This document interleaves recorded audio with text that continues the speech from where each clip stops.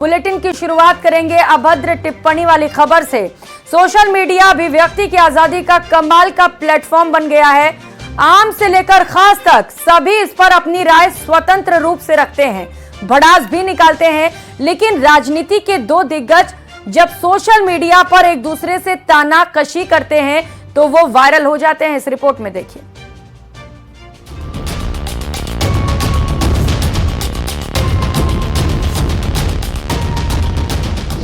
दो दिग्गजों में social media war. Social media पर एक दूसरे पर निकाली भड़ास, एक के वार पर दूसरे का पलटवार।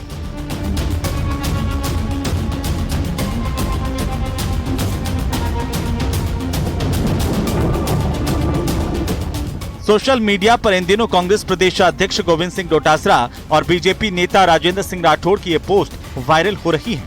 दोनों एक दूसरे को आईना दिखाने की कोशिश कर रहे हैं। सोशल वॉर की शुरुआत हुई राजेंद्र राठौड़ की गुरुवार सुबह की गई इस सोशल मीडिया पोस्ट से, जिसमें उन्होंने इशारों में ही सही गोविंद सिंह डोटासरा को उनकी जीत पर गुमान ना करने की सलाह दी। आप देख सकते हैं ये वही ट्वीट है जिसमें वो अपने विरोधी को जीत पर अहंकार ना करने की बात कह रहे हैं। समझा भी रहे हैं कि हार और जीत एक ही सिक्के के दो पहलू हैं। उन्होंने सोशल साइट एक्स पर जो पोस्ट किया उसमें एक और परीक्षा बाकी होने का भी जिक्र किया। अब ये दूसरी परीक्षा कौन सी है ये राजेंद्र राठौड़ ही बता सकते हैं, लेकिन उनकी लगाई हुई चिंगारी की तपिश गोविंद सिंह डोटासरा तक पहुंची गई। फिर क्या था, वार पर पलटवार हुआ। अब देखिए कैसे गोविंद सिंह डोटासरा ने एक्स पर उनकी पोस्ट को रिपोस्ट करते हुए कुछ इस तरीके से जवाब दिया। गलतफहमी न पाल, ये जनता का पर्चा है। उन्होंने अहंकार वाली बात पर भी जवाब दिया और कहा यह अहंकार नहीं स्वाभिमान है। राजेंद्र राठौड़ को गोविंद सिंह डोटासरा ने उसी अंदाज में जवाब दिया, लेकिन आलम यह था कि ये सोशल वॉर यहीं खत्म नहीं हुआ। गोविंद सिंह डोटासरा की पोस्ट को रिपोस्ट करते हुए राजेंद्र राठौड़ ने एक बार फिर हमला किया, लेकिन इस बार अंदाज शायराना था, जिसमें वो कहते हैं कि बेरोजगारों का पर्चा लीक करने में भी मेहनत होती है। यह अजीबोगरीब कहानी आपकी अदा से ही क्यों बयां होती है। उन्होंने गोविंद सिंह डोटासरा की पोस्ट में अहंकार को स्वाभिमान बताने वाली लाइन पर तंज कसते हुए सवाल पूछा कि गरीबों के सपने कुचलने में कैसा स्वाभिमान। सोशल साइट एक्स पर गोविंद सिंह डोटासरा और राजेंद्र राठौड़ के बीच तू-तू में जारी है। अब देखना यह है कि राजेंद्र राठौड़ को डोटासरा कैसे जवाब देते हैं। Bureau report, news 18।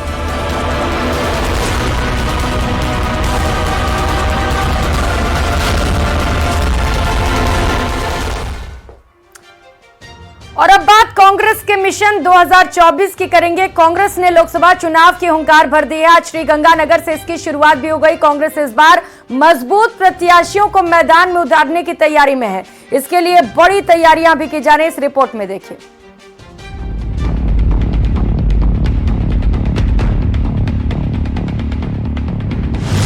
लोकसभा के लिए कांग्रेस तैयार।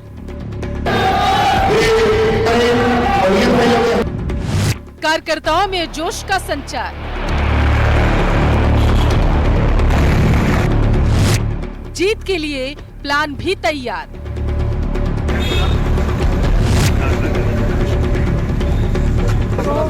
लोकसभा का रण सजने लगा है। तैयारियां हर तरफ जोरदार की जा रही और इसमें कांग्रेस भी पीछे नहीं। लगातार 2 लोकसभा चुनाव में खाता नहीं खोल पाने की टीस कांग्रेस को भी चुभ रही और इस बार वो हर हाल में मरधुरा में अपनी मौजूदगी दर्ज कराने की कोशिश कर रही। इसलिए एक एक सीट पर फूंक फूंक कर कदम रखा जा रहा है। प्रदेश स्तरीय लोकसभा वार संवाद कार्यक्रम की शुरुआत श्रीगंगानगर लोकसभा से हुई, जहां श्रीगंगानगर लोकसभा क्षेत्र के 8 विधानसभा क्षेत्र के कार्यकर्ताओं से कांग्रेस के वरिष्ठ नेताओं ने संवाद करते हुए आगामी लोकसभा चुनावों में कांग्रेस को प्रचंड बहुमत और जीत दिलाने का दावा किया। इसी कड़ी में श्रीगंगानगर में भी कार्यकर्ता संवाद कार्यक्रम का आयोजन किया गया, जिसमें कांग्रेस विधायक, पूर्व विधायक, पदाधिकारियों, कार्यकर्ताओं से संवाद किया गया। नेता प्रतिपक्ष टीकाराम जूली, प्रदेश अध्यक्ष गोविंद सिंह डोटासरा के साथ प्रदेश प्रभारी सुखजिंदर रंधावा ने सभी कार्यकर्ताओं के विचारों को सुना, ताकि भगवा खेमे को टक्कर देने के लिए नई रणनीति को तैयार किया जा सके। सुखजिंदर सिंह रंधावा ने इस बार बेहतर प्रदर्शन करने की बात कही। कांग्रेस के अगेंस्ट चलते हैं। डोटासरा जी को जैसे उन्होंने प्रेसिडेंट बनाया है और बहुत क्लियर कट इंस्ट्रक्शन दी गई है कि जो कांग्रेस के साथ नहीं चलेगा वो कांग्रेस का मेंबर नहीं रहेगा। वहीं गोविंद सिंह डोटासरा ने बीजेपी पर तीखा हमला बोला। साथ ही विधानसभा चुनाव की हार से हताश कार्यकर्ताओं में जोश भी भरा। वो जो हमसे छोटी मोटी कमियां रही उसको हम अब नहीं आने देंगे। अच्छे तरीके से सबसे चर्चा करके मजबूत लोगों को, जो युवा हैं, अच्छे हैं, पार्टी के प्रति समर्पित हैं, लोगों में जिनका जनाधार है, लोग जिनको चाहते हैं, ऐसे चेहरों को हम टिकट देंगे और कांग्रेस की पार्टी की विचारधारा के प्रति जो समर्पित है ऐसे लोगों को टिकट देंगे और हम लोकसभा चुनाव जीतेंगे। नेता प्रतिपक्ष टीकाराम जूली ने एक बार फिर से बीजेपी सरकार की पर्ची वाली सरकार बताया है। वहीं चुनाव का मुद्दा सड़क, बिजली, पानी से भटकाने की बात कही। गंगानगर जिले ने एक इतना बड़ा मैसेज दिया है कि जो लोकतंत्र की हत्या करके चलते चुनाव के अंदर कैंडिडेट को मंत्री बनाया गया, उसको यहाँ की जनता ने करारा जवाब दिया और यहाँ से सीटी बजा के वापस भेज दिया। पहला अग्निवीर मंत्री यहाँ से बना दिया। इसलिए गंगानगर अच्छा जिला है, हमारी यहाँ शुरुआत अच्छी हुई, इसलिए हमने गंगानगर से। राजस्थान में तो कांग्रेस ने पहले से ही तैयारी शुरू कर दी है। लोकसभा सीट के प्रभारी और पर्यवेक्षक की टीम बनाकर उन्हें प्रत्याशियों को चुनने की जिम्मेदारी दी गई, जो 5 फरवरी तक संबंधित जिले में जाकर चुनाव लड़ने के इच्छुक प्रत्याशियों की लिस्ट तैयार कर प्रदेश कांग्रेस कमेटी को सौंपेंगे। हालांकि अभी चुनाव में करीब 2 महीने का समय है, लेकिन जिस तरह से बीजेपी ने अपनी तैयारी तेज की, उसी तरह कांग्रेस भी एक्टिव है। लेकिन इस बार कांग्रेस बड़ी चुनावी रणनीति के तहत मैदान में उतरेगी और इसके लिए मजबूत प्रत्याशियों को तलाशा जा रहा है। आज श्री गंगानगर से शुरू हुए लोकसभा वार कार्यकर्ता संवाद कार्यक्रम में कांग्रेस नेताओं ने कांग्रेस कार्यकर्ताओं को जीत का मंत्र देते हुए आगामी लोकसभा चुनावों की तैयारियां शुरू करने का आह्वान किया। अशोक शर्मा, न्यूज़ 18, श्री गंगानगर।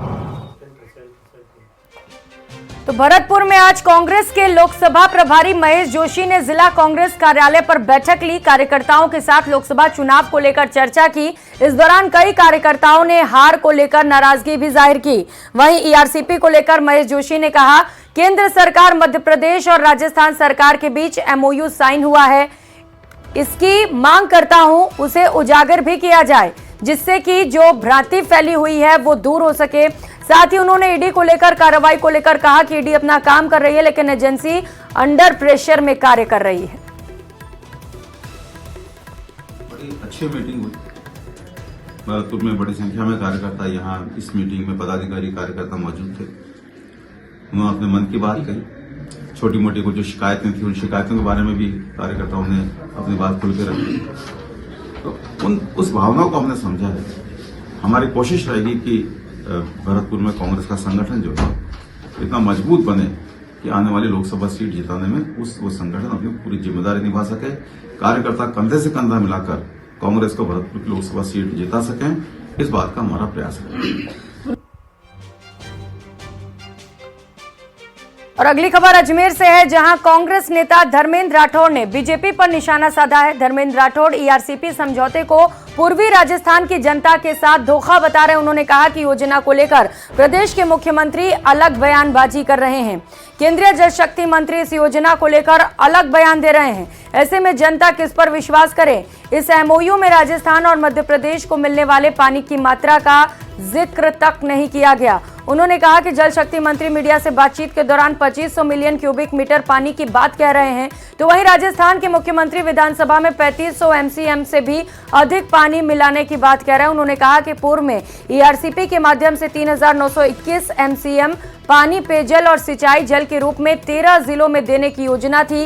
इस एमओयू में पानी की मात्रा नहीं लिखी गई है।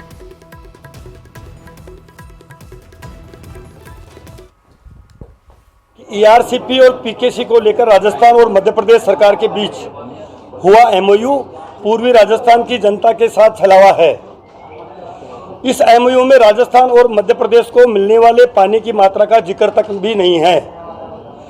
कल माननीय जल शक्ति मंत्री जी ने मीडिया से बयान दिया कि राजस्थान को 2500 मिलियन क्यूबिक मीटर एमसीएम पानी मिलेगा, जबकि विधानसभा में मुख्यमंत्री जी ने बयान दिया कि 3500 एमसीएम से भी अधिक पानी मिलेगा।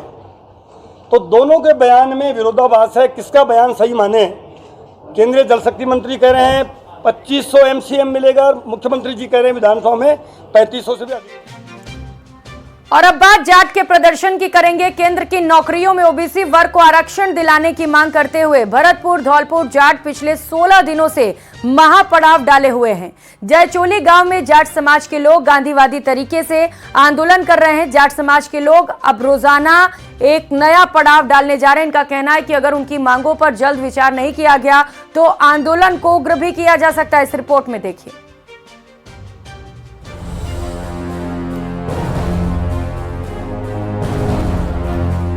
आरक्षण के लिए आर पार की लड़ाई, कड़कड़ाती ठंड में भी धरने पर डटे जाट, आंदोलन के उग्र होने की चेतावनी। केंद्र में भरतपुर और धौलपुर जिले के जाटों को ओबीसी आरक्षण देने की मांग को लेकर जयचोली में जाटों का महापड़ाव पिछले 16 दिनों से जारी है।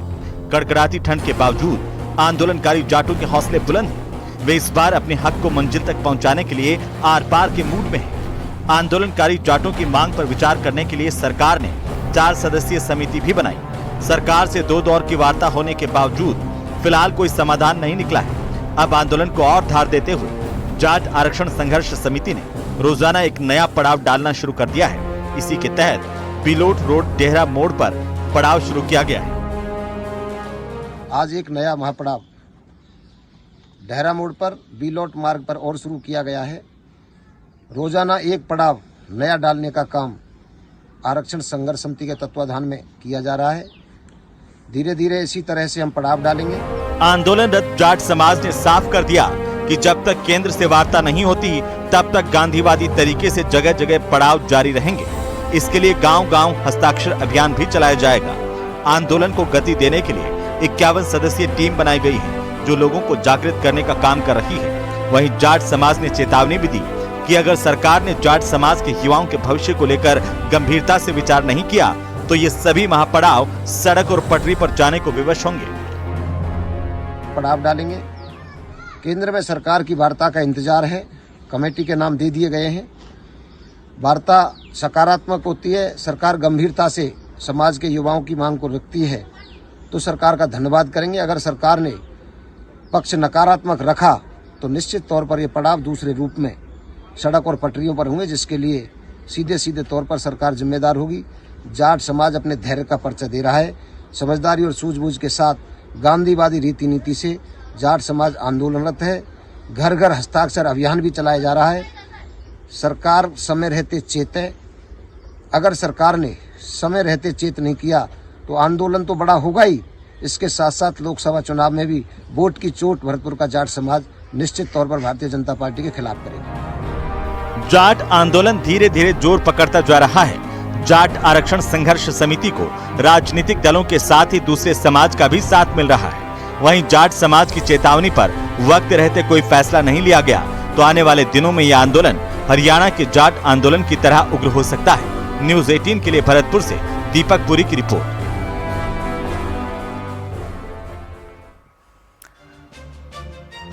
और जयपुर से मिल रही बड़ी खबर, आपस में ही भिड़ गए। महिला वकील समेत अन्य ने दूसरे वकील की पिटाई कर डाली। सोशल मीडिया पर अभद्र टिप्पणी करने का आरोप लगा है। टिप्पणी करने को लेकर वकील को जमकर पीटा गया है। हंगामे और पिटाई की लाइव तस्वीरें भी सामने आई हैं। किसी ने भी फिलहाल मामला नहीं दर्ज कराया है। तो ये तस्वीरें आप देख पा रहे हैं जहां पर कोर्ट परिसर के अंदर ही वकील आपस में भिड़ते हुए नजर आए। यहां पर एक महिला वकील भी बताई जा रही हैं जो इस मारपीट में शामिल थी।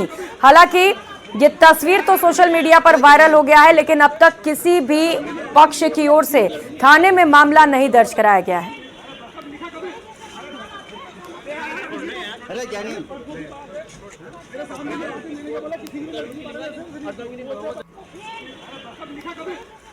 और बात दौसा की, जिले में चोरों ने जमकर धमा चौकड़ी मचाई। लालसोट में धनेश्वर तालाब पर स्थित पंचमुखी हनुमान मंदिर को चोरों ने निशाना बना डाला। यहां चोरों ने महंत रघुनाथ दास महाराज का रुपयों से भरा बैग पार कर लिया।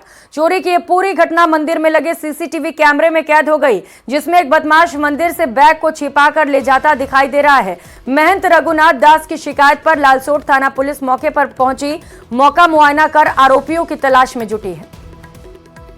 तो पंचमुखी हनुमान मंदिर से तस्वीरें सामने आई हैं, जहां पर बैग को निशाना बनाया गया, एक महंत का बैग, जिसे लेकर चोर फरार हो गया है। हालांकि ये पूरी घटना वहां लगे सीसीटीवी कैमरे में कैद हो गई है और पुलिस फुटेज के आधार पर आरोपी की तलाश में है।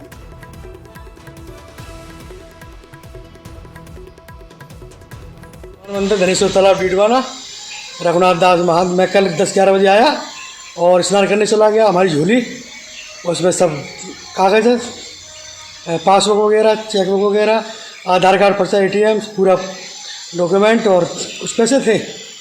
और कोई अज्ञात पुरुष आया, मोहबाद ले गया।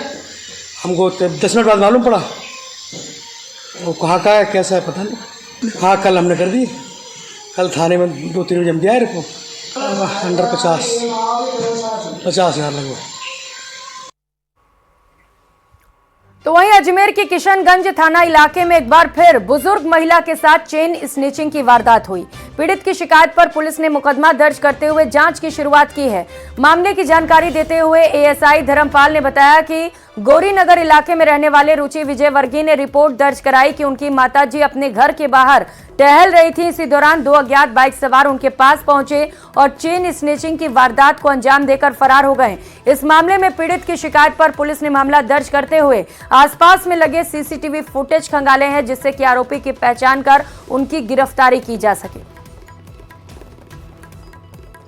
कल रुचिर विजयवर्गीय ने एक मुकदमा दर्ज कराया कि मेरी माताजी शाम के टाइम में अपने CR बिल्डिंग की तरह रोजाना की तरह घूमने जाती है। जो गली में गए, पीछे से 2 लड़के आए मोटरसाइकिल पर और पीछे से झपट्टा मार के चैन छीन के ले गए, जिसकी FIR दर्ज करवाई कल शाम को 392 IPC। बात अजमेर की, जहां पर सरवाड़ दरगाह के बाहर जमकर लाठियां चली। 2 गुटों में जमकर मारपीट हुई, जिससे कि बाजार में अफरा तफरी का माहौल हो गया। बताया जा रहा है कि पूरा झगड़ा दरगाह के बाहर फूल की दुकान लगाने पर विवाद हुआ। नए फूल की दुकान का विरोध दरगाह के मुतवल्ली के द्वारा किया गया, जिसके बाद वहां जमकर बवाल हुआ। हालांकि मौके पर पहुंची पुलिस ने हल्के बल का प्रयोग कर बाद में मामला शांत करा दिया।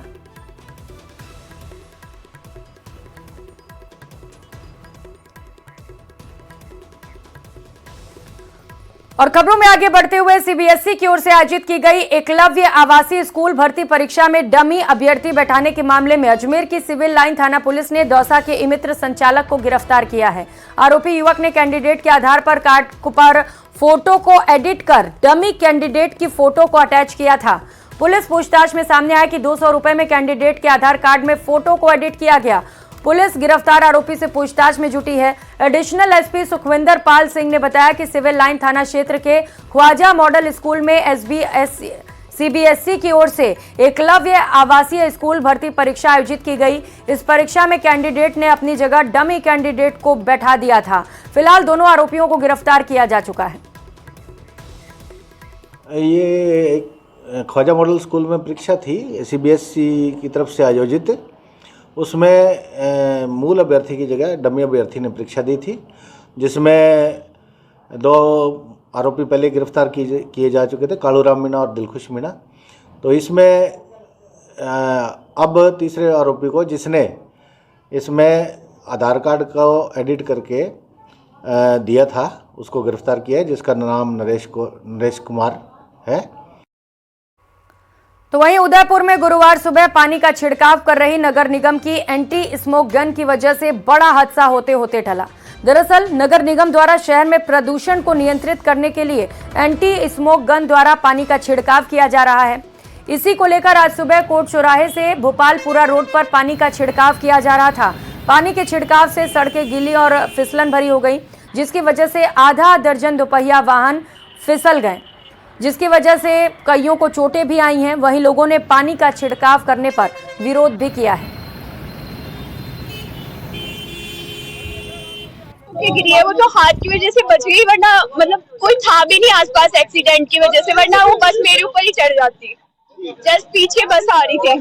ये घटनाक्रम इस कारण से हो रहा है, ये पानी छांटने की जो गाड़ी चल रही है उदयपुर के अंदर नगर निगम की है या भली नगर परिषद की है, किसी की भी है, हमारे को ये पता नहीं है। उसके पानी छांटने के कारण से यहाँ पर आए दिन एक्सीडेंट हो रहा है और अभी भी हमारे देखते हुए 1 घंटे के अंदर और कोटपुतली से इस बीच बड़ी खबर सामने आ रही है, जहां पर शादी का रुपए ऐंठने का मामला सामने आ रहा है। पुलिस ने 2 लुटेरी दुल्हनों को गिरफ्तार कर लिया है। पीड़ित से शादी के बाद 6 लाख रुपयों की डिमांड की गई। रुपए नहीं देने पर झूठे मुकदमे में फंसाने की धमकी दी गई। प्रागपुरा पुलिस ने पूरे मामले पर कार्रवाई की है। पुलिस को बड़ी सफलता हाथ लगी और पुलिस ने 2 लुटेरी दुल्हनों को गिरफ्तार कर लिया है। और इससे पहले उन्होंने किन किन प्रकरणों को अंजाम दिया है, इसे लेकर भी लगातार दोनों आरोपियों से पूछताछ किया जा रहा है। तो बड़ी खबर आपको बता रहे हैं, शादी कर रुपए ऐंठने के मामले से जुड़ी ये बड़ी खबर है कोटपुतली से, जहां पर पुलिस ने 2 लुटेरी दुल्हनों को गिरफ्तार किया। इन 2 लुटेरी दुल्हनों की तस्वीर भी इस वक्त आपको दिखा रहे हैं, जिन्होंने मासूम लोगों को फंसाया, उनसे शादी की और उसके बाद रुपए ऐंठने लग गए। उन्हें धमकियां दी जा रही थी कि अगर रुपए नहीं देंगे तो उन्हें फंसा दिया जाएगा। हालांकि इस मामले में पुलिस ने बड़ी कार्रवाई करते हुए दोनों लुटेरी दुल्हन को गिरफ्तार कर लिया है।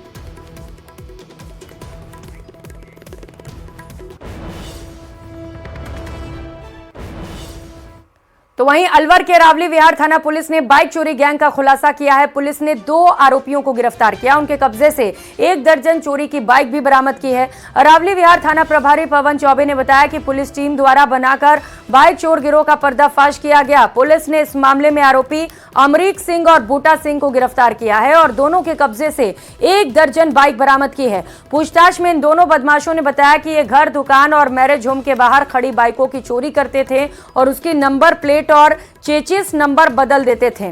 इन दोनों आरोपियों के खिलाफ अलग अलग थानों में बाइक चोरी के मामले दर्ज किए गए हैं।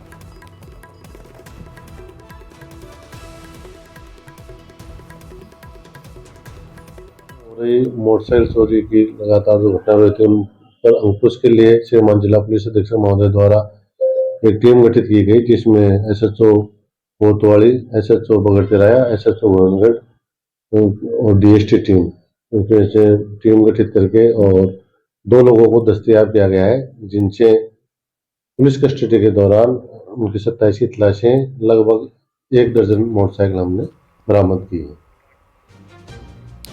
और डिडवाना नगर परिषद इन दिनों सुर्खियों में है। ताजा मामला आयुक्त और पार्षद के बीच का है। घटनाक्रम भी बड़ा हैरान करने वाला है। डिडवाना के पार्षद रघुनाथ दास मोट ने आयुक्त के ऑफिस में जाकर आयुक्त के सामने उनकी पोल खोलनी शुरू कर दी। पार्षद ने नगर परिषद आयुक्त पर भ्रष्टाचार के आरोप लगा दिए। अपने चहेतों को अतिरिक्त रेट में टेंडर देने का आरोप लगाया है। वहीं अपने ड्राइवर को भी टेंडर देने के आरोप लगाए। पार्षद की हिम्मत देख आयुक्त बिफर पड़े और पार्षद को देख लेने की धमकी दे डाली। जवाब में पार्षद ने भी कह दिया कि हम भी देख लेंगे। मामला इतना बढ़ा कि दोनों ने एक दूसरे को धमकी देने की शुरुआत कर दी। पार्षद ने आरोप लगाया कि लगातार नगर परिषद में भ्रष्टाचार का खेल खेला जा रहा है, लेकिन कोई भी आवाज बुलंद नहीं कर रहा। 50 सालों से मैं राजनीति में हूं, मेरे दामन पर किसी तरह का कोई दाग नहीं है, मैंने किसी तरह का कोई फर्जी पट्टा नहीं बनाया, लेकिन फिर भी आयुक्त आरोप लगाता है कि आप भ्रष्टाचारी हो। 5 फाइलें हैं, कई दिनों से पड़ी है। इसके लिए वो बच्चे आए थे, बच्चों को इसने 5 फाइलों की तली बीच में मेरे पर आरोप लगा दिया, भ्रष्टाचार भी है, गांव बेच दिया, म्यूनसिपलिटी बेच दी। अगर तो मैं भी दामन पे आज 50 साल से जो दाग नहीं है। हम आते हैं यहाँ म्यूनसिपलिटी में सफाई के लिए, और ये म्यूनसिपलिटी की सफाई कर रहा है। टेम्पो का ठेका अपने दोस्त को दे दिया, भादरा का 700 कुछ रुपये रेट थी, 1300 में दे दिया। बिजली का ठेका अपने ड्राइवर को दे दिया। तो भ्रष्टाचार की भी हद होती है, तो भी मतलब कोई बोल नहीं रहा है। मैं बराबर संघर्ष कर रहा हूँ, संघर्ष करूँगा। खबरों में आगे बढ़ेंगे। वरिष्ठ आईपीएस राजीव शर्मा ने डीजी एसीबी का पदभार ग्रहण कर लिया है। एसीबी मुख्यालय में राजीव शर्मा ने पदभार ग्रहण किया, जिसके बाद उनका स्वागत किया गया। पदभार ग्रहण करने के बाद एसीबी के तमाम आला अधिकारियों के साथ उन्होंने बैठक भी ली।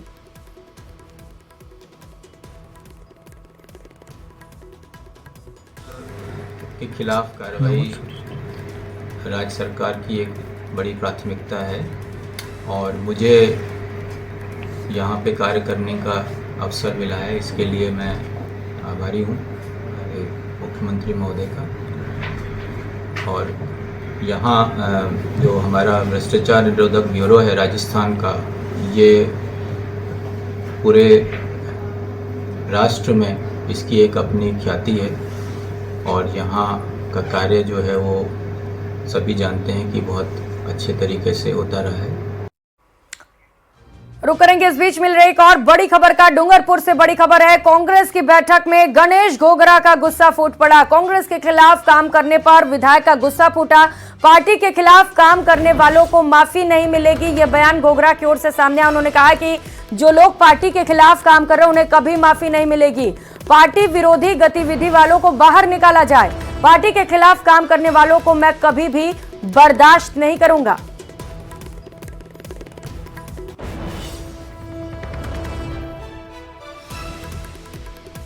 खिलाफ प्रचार कर रहे हैं वो आज कांग्रेस कमेटी में, ये कांग्रेस चलेगी। गणेश घोगरा चुनाव नहीं लड़ रहा था, कांग्रेस का सिंबल चुनाव लड़ रहा था, कांग्रेस पार्टी चुनाव लड़ रही थी, लेकिन तुम सबने मिलकर कांग्रेस को हराने का काम किया। और आज तुम कांग्रेस की बात करते हो, कौन सा कांग्रेस की बात कर रहे हो?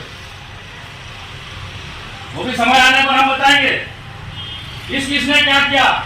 ऐसे पदाधिकारियों को आप मंत्री थी और आप बैठे हुए हैं, बिल्कुल हटाइए यहाँ से। आज विधानसभा में समीक्षा होनी चाहिए, कौन कौन पदाधिकारी हराने में लगा था उनको पहले यहाँ से गेट आउट करो, बाहर करो। और बात को भी किसने बना दी? बात को भी कांग्रेस के नेताओं ने बना दी। और अब एक नजर 5 मिनट में 50 जिलों की सभी बड़ी खबरों पर।